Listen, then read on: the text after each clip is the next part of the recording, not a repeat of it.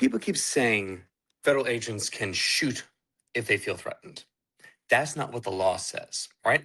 Let me show you exactly what the DOJ and Supreme Court actually require. Now, first and foremost, DOJ's use of force policy starts with this very line. This is the policy of the Department of Justice to value and preserve human life. Force must be objectively reasonable. And that phrase comes straight from the Supreme Court. If you don't believe me, in Graham versus Connor, the court ruled that police force must be judged by a reason with what a reasonable officer would do in the moment, not fear, not anger, and not hindsight.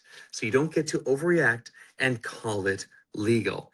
And when it comes to deadly force, the court was even clearer in Tennessee versus Gardner. They ruled that police can only use deadly force when a person poses an imminent threat of death or serious harm, not just because they are running or trying to escape. Now, that's what DOJ policy says. You cannot shoot at a moving vehicle unless it is being used as a deadly weapon and there is no reasonable alternative, including stepping out of the way. You can move. You are supposed to move. And the Supreme Court closed that last loophole in the county of Los Angeles versus Mendez. They ruled that an officer cannot create a dangerous situation and then claim self-defense when it goes bad. You can't manufacture the threat.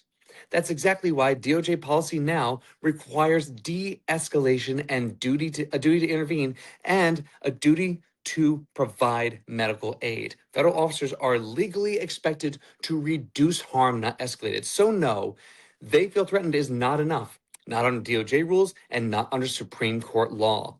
Preserve life, avoid de-escalation, don't create the danger. That's the law. So anyone who is sitting there saying, oh, well, they have that. And let's face it, in Minneapolis, none of that happened. None of that. All right. The officer stepped in front of the car, not even like in the middle, like to the side, just enough so that he could claim, even though every single video at the angle you look at shows she was literally pulling the car away. There's no one who can reasonably look at that and say that she was trying to hit them. She was not like flooring it to get out of there either. So again, no possible danger. The guy set up the situation to use deadly force.